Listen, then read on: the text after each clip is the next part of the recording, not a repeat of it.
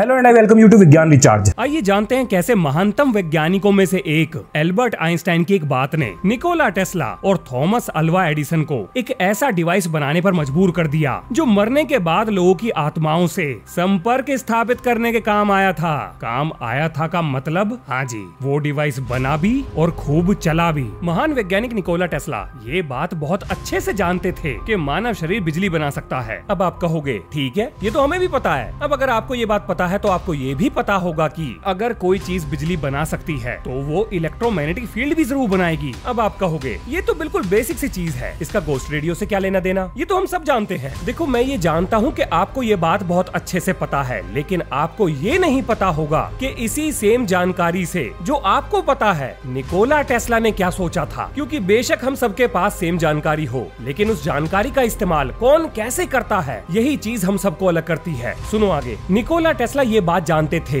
कि अगर कहीं पर इलेक्ट्रोमैग्नेटिक फील्ड है तो ऐसा हो ही नहीं सकता कि आप उसे सुनने जाने लायक साउंड में ना बदल पाएं। आप हर इलेक्ट्रोमैग्नेटिक वेव को इलेक्ट्रिकल सिग्नल में बदलकर स्पीकर्स के माध्यम से उसे सुन सकते हैं। अब आप सोच रहे होंगे ये बात तो बिल्कुल ठीक है, लेकिन एल्बर्ट आइंस्टाइन का यहाँ पर क्या लेना देना है? क्योंकि जहाँ तक हमें पता है एल्बर्ट आइंस्टाइन ने तो कोई भी इलेक्ट्रिकल डिवाइस नहीं बनाया था। फिर एल्बर्ट आइंस्टाइन इस खोज से कैसे जुड़े हुए हैं? बिल्कुल है जी, आओ बताता हूँ। एल्बर्ट आइंस्टाइन एक बात को बहुत जोर देकर कहते थे कि ऊर्जा को ना तो बनाया जा सकता है ना ही मिटाया जा सकता है, बल्कि एक रूप से दूसरे रूप में परिवर्तित किया जा सकता है। अब अगर जिंदा इंसान इलेक्ट्रोमैग्नेटिक फील्ड बना सकते हैं, जो कि बिल्कुल सही बात है, तो मरने के बाद क्यों नहीं बना सकते? अब अगर मैं निकोला टेस्ला की ये बात मान लूं कि सोल, आत्मा, उस इलेक्ट्रोमैग्नेटिक वेव का सोर्स था, तो जाहिर सी बात है, जैसा कि एल्बर्ट आइंस्टाइन ने कहा था, ऊर्जा को खत्म नहीं किया जा सकता। तो इसका मतलब ये हुआ कि मरने के बाद भी शरीर से बाहर निकले उस एनर्जी सोर्स को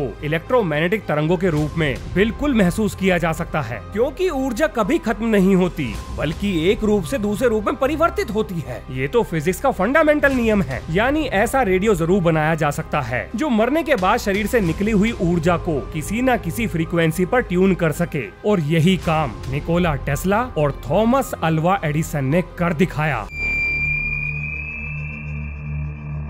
निकोला टेस्ला ने जो रेडियो बनाया था उसका नाम था सोल रेडियो। कुछ लोग गोस्ट रेडियो भी उसे कहते थे। और थॉमस अल्वा एडिसन ने जो बनाया था उसे दुनिया गोस्ट फोन के नाम से जानती है। और कमाल की बात ये है कि ये बिना बिजली के चलते थे। आइए जानते हैं सब कुछ विस्तार से। हम सब लोग ये बात बहुत अच्छे से जानते हैं कि निकोला टेस्ला और थॉमस अल्वा एडिसन के बीच में 36 का आंकड़ा था। और 36 के आंकड़े से मेरा मतलब है चिर प्रतिद्वंदी, यानी कॉम्पिटिटर्स। लेकिन ऐसा हुआ क्यों? मात्र 30 सेकंड लगेंगे, इसे भी जान लो। Nikola Tesla Thomas Alva Edison की कंपनी में काम करते थे और शर्त के मुताबिक जब निकोला टेस्ला ने थॉमस अल्वा एडिसन के जनरेटर से जुड़ी हुई समस्या को सुलझा दिया, तब एडिसन ने उन्हें शर्त की रकम नहीं दी थी। और यहीं से दोनों के रास्ते अलग हुए थे। और जब ये दोनों अलग अलग रास्ते पर निकल पड़े तो दुनिया इसके बारे में तो बहुत अच्छे से जानती है कि इन दोनों की वजह से वार ऑफ करंट शुरू हुआ था। लेकिन ये नहीं जानती, मतलब बहुत कम लोगों को ये बात पता है कि एक और चीज थी जिसे जल्दी से जल्दी हासिल करने के पीछे दोनों में होड़ मची हुई थी। और वो था पैरानॉर्मल डिवाइस, यानी ऐसा मशीनी जुगाड़ जो मरे हुए लोगों की आत्माओं से सीधा संपर्क कर सके। तो क्या ये डिवाइस बनाया गया था? हाँ जी, बिल्कुल बनाया गया था। क्या इसने काम किया? बिल्कुल किया। क्या आज भी ये डिवाइस मौजूद है? भैया बिल्कुल मौजूद है। क्या इसे हम बना सकते हैं? बहुत आराम से बना सकते हो। क्या इस डिवाइस की वर्किंग के सबूत मौजूद हैं? जी बिल्कुल। ये डिवाइस पेटेंट हो चुका है। इसे बनाने का तरीका, इसके पेटेंट और इससे जुड़ी हुई जानकारी कहाँ मिलेगी? तो जनाब, इससे जुड़ी हुई सारी जानकारी आपको विज्ञान रिचार्ज के व्हाट्सएप चैनल पर मिल जाएगी। मैं आपको हर उस चीज से जुड़ी हुई जानकारी मुहैया करा दूंगा जो इस डिवाइस को बनाने के लिए आपको चाहिए। लेकिन ये काम कैसे करेगा वो आपको इस वीडियो में पता चलेगा। अब सबसे पहले ये जानते हैं कि टेस्ला और एडिसन जल्दी से जल्दी गोस्ट रेडियो बनाने के लिए एक दूसरे के साथ होड़ में क्यों लगे हुए थे। जैसा कि आप जानते हो, निकोला टेस्ला वेस्टिंग हाउस के साथ मिलकर करंट की रेस में थॉमस अल्वा एडिसन को बुरी तरह से हरा देते हैं। अब इस हार को ना तो एडिसन ने कभी भुलाया और ना ही टेस्ला को माफ किया। तो जैसे ही ये खबर एडिसन के पास पहुंची कि निकोला टेस्ला एक ऐसा रेडियो बनाने का प्रयास कर रहे हैं जिसमें वो मरे हुए लोगों की आत्माओं से बात कर सकेंगे, थॉमस अल्वा एडिसन इस रेस में कूद पड़े और उन्होंने ये ऐलान कर दिया कि वो टेस्ला से पहले ऐसी एक चीज का निर्माण कर लेंगे। यहाँ से शुरू हुई दोनों के बीच में पैरानॉर्मल डिवाइस बनाने की रेस। लेकिन यहाँ पर आपके दिमाग में ये सवाल भी आना चाहिए कि आखिर इन दोनों को ऐसा क्यों क्यों लगता था कि ऐसी कोई चीज बनाई भी जा सकती है, क्योंकि जो लोग विज्ञान से जुड़ी हुई चीजों में विश्वास करते हैं वो तो आत्मा परमात्मा के कॉन्सेप्ट में यकीन ही नहीं करते। फिर इतिहास के दो बड़े महान वैज्ञानिक इस चीज के पीछे क्यों पड़े हुए थे? कोई तो कारण होगा, क्योंकि अगर आप आज के समय में भी किसी से अगर ये बात कहो कि भैया तनिक हमें समय दो, आओ तुम्हारा मरे हुए लोगों की आत्माओं से वार्तालाप कराएं, तो भैया आपकी इस मंशा पर उस आदमी को शंका होगी, जिसके दो नतीजे निकलेंगे। या तो वो आपको खर्चा पानी रसीद कर देगा या फिर वहाँ से भाग जाएगा, क्योंकि आज के समय में भी इस बात पर यकीन करना लगभग नामुमकिन है कि ऐसा कुछ किया जा सकता है। तो उस जमाने की तो बात ही अलग है। ध्यान से सुनो, देखो 20वीं शताब्दी की शुरुआत में आत्माओं से बात करने वाले, झाड़ फूंक करने वाले, बुरी आत्माओं को पकड़ने वाले, मरे हुए लोगों का अपने परिवार के नाम संदेश सुनाने वाले, ऐसे लोगों की पूरी जमात काम करती थी। ये उस समय पर फैशन में था। अपने यहाँ तो आज भी है। अखबार खोल के देखो, आपको नीम हकीम खतरे जाल, आ उतारू तेरे सर से भूत का बवाल, या 15,000 में वशीकरण करवा लो, या 10,000 देकर शरीर से बुरी आत्मा बाहर निकलवा लो। हर इम्पॉसिबल काम के एक्सपर्ट आपको मनी बैक गारंटी के साथ मिल जाएंगे। तो ये चीज उस जमाने में भी बहुत कॉमन थी।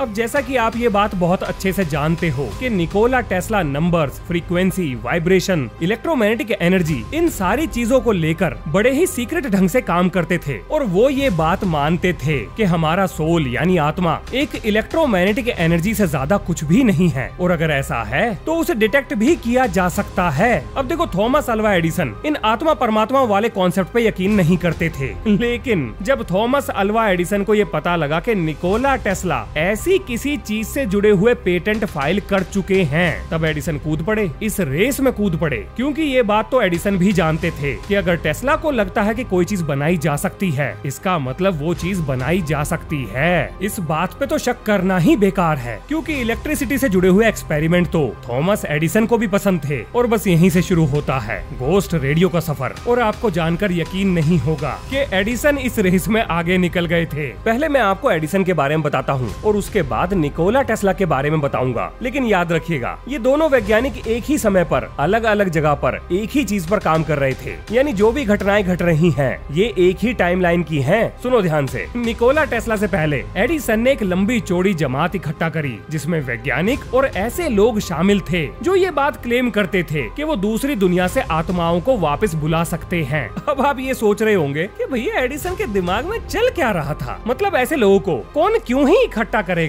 जिनका विज्ञान से कोई लेना देना ही नहीं था। देखो, बात बड़ी सीधी सी है, और बल्कि सीधी सी क्या, कॉमन सेंस की बात है। आपको आत्मा कैसे मिलेगी? क्या आत्मा हासिल करने के लिए आप किसी को, समझ रहे हो ना? ऐसा तो नहीं करोगे, तो आपको आत्मा कहाँ से मिलेगी? जाहिर सी बात है, अब तो आत्माओं का बंदोबस्त वही कर सकते थे जो इसी प्रोफेशन में हैं, जिनका सुबह से शाम तक यही काम धंधा था। तो एक बार अगर वो आत्माओं को बुला लें तो आत्मा का तो जुगाड़ हो गया। अब जो रह जाएगा वो ये कि क्या थॉमस अल्वा एडिसन के द्वारा बनाई गई मशीन पर कोई इलेक्ट्रोमैग्नेटिक सिग्नेचर रिसीव होता है? अगर हो गया तो इसका मतलब डिवाइस चल पड़ा, और अगर नहीं हुआ तो या तो वो लोग झूठ बोल रहे हैं या फिर एडिसन के डिवाइस में कोई कमी है। तो अब आपको सारी चीजें समझ में आ गई होंगी। इसके बाद लाइट बंद कर दी गई, मोमबत्तियां जलाई गई, और वो जो बनाते हैं ना फर्श पर सितारा टाइप का, कुछ वैसा जुगाड़ बनाकर आत्माओं को बुलाने की प्रक्रिया शुरू की गई। जैसे ही उन्होंने आत्माओं को बुलाने की प्रक्रिया शुरू करी, सारे वैज्ञानिक टकटकी लगाकर इलेक्ट्रोमैग्नेटिक सिग्नेचर में होने वाले डिस्टरबेंस की तरफ देखने लगे। और फिर उसके बाद वो हुआ जिसकी किसी को भी उम्मीद नहीं थी। जिन लोगों ने आत्माओं को बुलाया था, उन्होंने ये कहा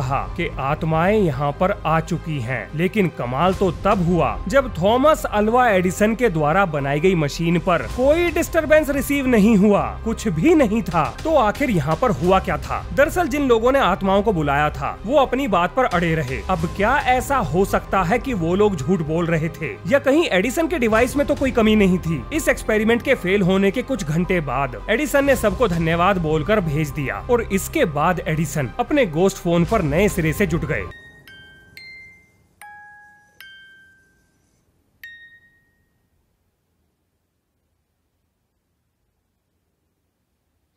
अब इतिहास में जो सबसे ज्यादा हैरान करने वाली बात है वो ये कि जब एडिसन ने ये दावा किया कि उनका गोस्ट फोन बनकर तैयार हो गया है, जिसे उन्होंने एक्सपेरिमेंट करके परफेक्ट कर लिया है, उसके कुछ दिन के अंदर ही उनका देहांत हो गया। और इससे भी ज्यादा हैरानी की बात ये है कि उनके रिसर्च पेपर, उनकी डायरी एंट्रीज, उनके सीक्रेट डॉक्यूमेंट्स, इनमें से किसी भी चीज में गोस्ट फोन का कहीं पर भी जिक्र नहीं था। तो दुनिया को ये बात कैसे पता लगी कि एडिसन गोस्ट फोन पर काम कर रहे थे? क्योंकि एडिसन ने ये बात खुद अखबारों को इंटरव्यू में बताई थी। और जिन लोगों के सामने ये पहला एक्सपेरिमेंट किया गया था एडिसन की मौत के बाद, उन्होंने सामने आकर इस बात को स्वीकार कर लिया था कि एडिसन किसी ऐसे डिवाइस पर काम कर रहे थे। लेकिन जो सबसे बड़ी मिस्ट्री रह गई वो ये कि जैसे ही एडिसन ने दावा किया तो उसे साबित करने के लिए एडिसन ही नहीं रहे। अब ये सारी चीजें इस बात की ओर इशारा कर रही हैं कि बेशक एडिसन ये बात साबित ना कर पाए हों, लेकिन टेस्ला ने कर दिखाया। अब जानते हैं टेस्ला के बारे में। ये बात सब जानते हैं कि Nikola Tesla warden Cliff tower में वायरलेस इलेक्ट्रिसिटी से जुड़े हुए एक्सपेरिमेंट्स कर रहे थे।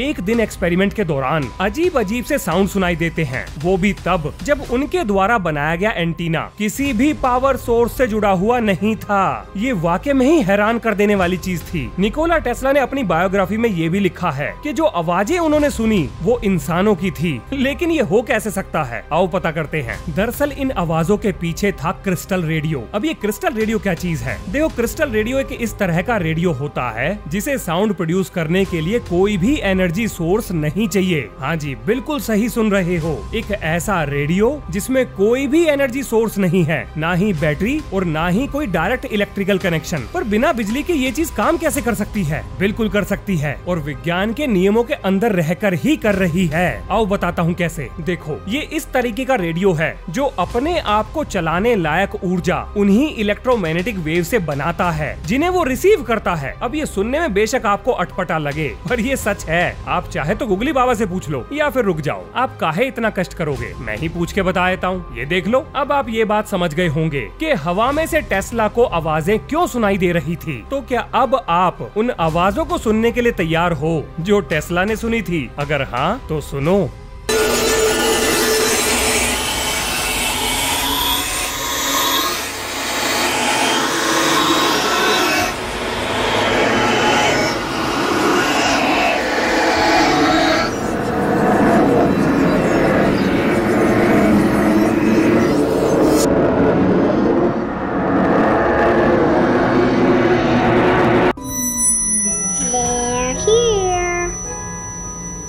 अब देखिए, हमें एडिसन से जुड़े हुए डॉक्यूमेंट तो नहीं मिले, लेकिन टेस्ला ने इसके पेटेंट्स फाइल कर दिए थे। और क्योंकि इसके पेटेंट्स हैं, तो इसका मतलब इसे बनाया जा सकता है। और क्योंकि इसको बनाया जा सकता है, तो किसी ने इसको बना भी लिया है। अब देखो, सीरियस बात करते हैं। क्या जो आवाजें आपने सुनी, क्या ये सच में गोस्ट हैं, भूत हैं, प्रेत हैं? वेल, अगर आपका जवाब ना है तो मैं आपको ये बता दूं, ये वही सेम टेक्नोलॉजी है जो आज के समय भूत प्रेत पर यकीन करने वाले लोग उनसे बात करने के लिए, उनकी आवाजें सुनने के लिए इस्तेमाल करते हैं। आइए ठीक से समझाता हूँ। I hear a woman's voice. Now? देखो, जो लोग भूत प्रेत में विश्वास करते हैं वो EVP का इस्तेमाल करते हैं, यानी इलेक्ट्रॉनिक वॉइस फिनोमिना। अब इसका मतलब ये हुआ कि इलेक्ट्रॉनिक डिवाइस का इस्तेमाल करके जो इलेक्ट्रोमैग्नेटिक रेडिएशन की वजह से आवाजें सुनाई देती हैं, उनको रिकॉर्ड करना, जो कि समय के साथ साथ काफी अपग्रेड हो चुका है, जिसे आज के समय ITC यानी इंस्ट्रूमेंटल ट्रांस कम्युनिकेशन के नाम से भी जाना जाता है। ये बात बिल्कुल ठीक है कि रिकॉर्डिंग और प्लेबैक के दौरान ये आवाजें सुनाई नहीं देती, बल्कि इन्हें सॉफ्टवेयर्स की मदद से एम्पलीफाई करके, नॉइस को रिमूव करके मीनिंगफुल साउंड में बदलकर सुना जाता है। इस डिवाइस को बनाने में जिन चीजों का इस्तेमाल होगा, हर एक सामान की लिस्ट, उसको बनाने का तरीका आपको विज्ञान रिचार्ज के व्हाट्सएप चैनल पर मिल जाएगा। निकोला टेस्ला के द्वारा बनाए गए गोस्ट रेडियो पे जो साउंड सुनाई दिया है, उससे मिलते जुलते साउंड की रिकॉर्डिंग, मतलब वीडियो रिकॉर्डिंग, ये भी आपको व्हाट्सएप चैनल पर मिल जाएगी। और टेस्ला के द्वारा जो पेटेंट फाइल किए गए हैं, ये भी आपको वहीं मिलेंगे। और व्हाट्सएप चैनल का लिंक मिलेगा आपको पिन कमेंट में, डिस्क्रिप्शन में और कम्युनिटी पोस्ट में। अब देखो, जो लोग इसके घोर विरोधी हैं, वो इसे ऑडिटोरी पैराडोलियो के नाम से बुलाते हैं, यानी इलेक्ट्रोमैग्नेटिक डिस्टर्बेंसेस, जिन्हें मिस इंटरप्रेट करके ह्यूमन वॉइसेस के रूप में ग्रहण किया जा रहा है। इससे कोई फर्क नहीं पड़ता कि आप इन चीजों में विश्वास करते हैं या नहीं, पर ऐसा कुछ होने पर जो डर महसूस होता है वो सच्चा है।